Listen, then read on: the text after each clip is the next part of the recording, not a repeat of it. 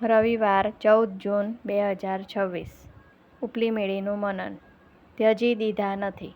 Bible વાંચન કરન્થીઓને બીજો પત્ર 4થો અધ્યાય 7-12 કલમ વાંચીશું. પણ અમારી પાસે આ ખજાનો માટીના પાત્રોમાં રહેલો છે, કે જેથી પરાક્રમની અધિકતા દેવથી છે અને અમારામાંથી નથી એ જાણવામાં આવે. તરફથી અમારા પર દબાણ છતાં અમે દબાઈ ગયેલા નથી. ગૂંચવાયા છતાં નિરાશ થયેલા નથી. સતાવણી પામ્યા છતાં તજાયેલા નથી. નીચે પટકાયેલા છતાં નાશ પામેલા નથી. અમારા શરીરમાં ઈસુનું મરણ સદા ઊંચકીને ફરીએ છીએ, જેથી ઈસુનું જીવન પણ અમારા શરીરમાં પ્રગટ કરવામાં આવે. કેમ કે અમે જીવનારાઓ ઈસુની ખાતર નિત્ય મરણને સોંપાઈએ છીએ, જેથી ઈસુના જીવનને પણ અમારા મર્ત્ય દેહમાં પ્રગટ કરવામાં આવે. તેથી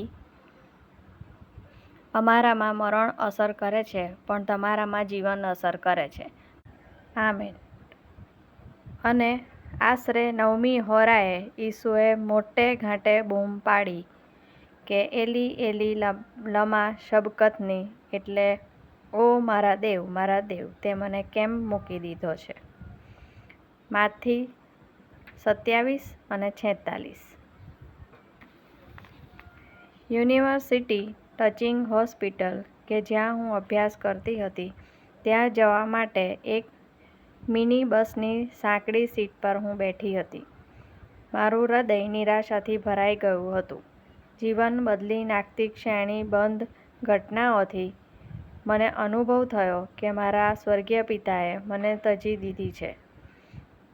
મને લાગ્યું કે ઈશ્વરે મને નિરાશ કરી છે. હું મને પોતાને જ દોષ આપતી હોઉં તેવા વિચારો મારા મનમાં આવતા હતા.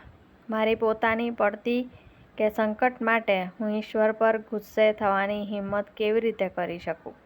ઘણા લાંબા સમય સુધી મારી શરમના લીધે મેં ઈશ્વર સાથે વાત ના કરી.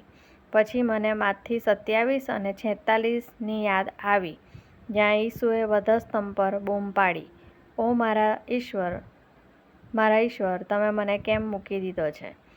તે ક્ષણે ઈસુએ પણ એવો અનુભવ કર્યો કે ઈશ્વરે તેમને તજી દીધા છે.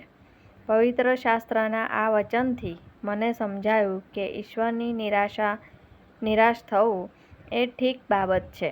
આ ખુલાસાથી હું ફરીથી ઈશ્વર સાથે આત્મીય સંબંધમાં આવી. મને પોતાને જ દોષ આપતી લાગણીઓનું સ્થાને ખાતરીએ લીધું કે ઈશ્વર મારાથી નારાજ કે ગુસ્સે થયા નથી. ઈશ્વરે મારા જીવનમાં શ્રેણીબંધ ખરાબ બાબતો કરી નથી. મારા દુઃખના સમયમાં ઈશ્વર મારી સાથે હતા. જીવનમાં સારી બાબતો થતી ન હોવા છતાં પણ ઈશ્વર સારા છે. મારી નિરાશાઓની જગ્યાએ મને ચોક્કસ ખાતરી થઈ કે જીવનમાં આવતી મુશ્કેલીઓ એ મારી વાર્તાનો અંત નથી. જેમ ઈસુને અનુભવ થયો કે તેમને તજી દેવામાં આવ્યા છે, પણ આખરે તેઓ પુનરુત્થાન પામીને વિજયી થયા, તેવી જ રીતે મારા જીવનમાં આવતી મુશ્કેલીઓ પણ હું જીત મેળવીશ. આજનો સુવિચાર: જ્યારે જીવન સારું ન હોય ત્યારે પણ ઈશ્વર સારા છે. મધ્યસ્થી: જેઓ ઈશ્વરથી નારાજ છે.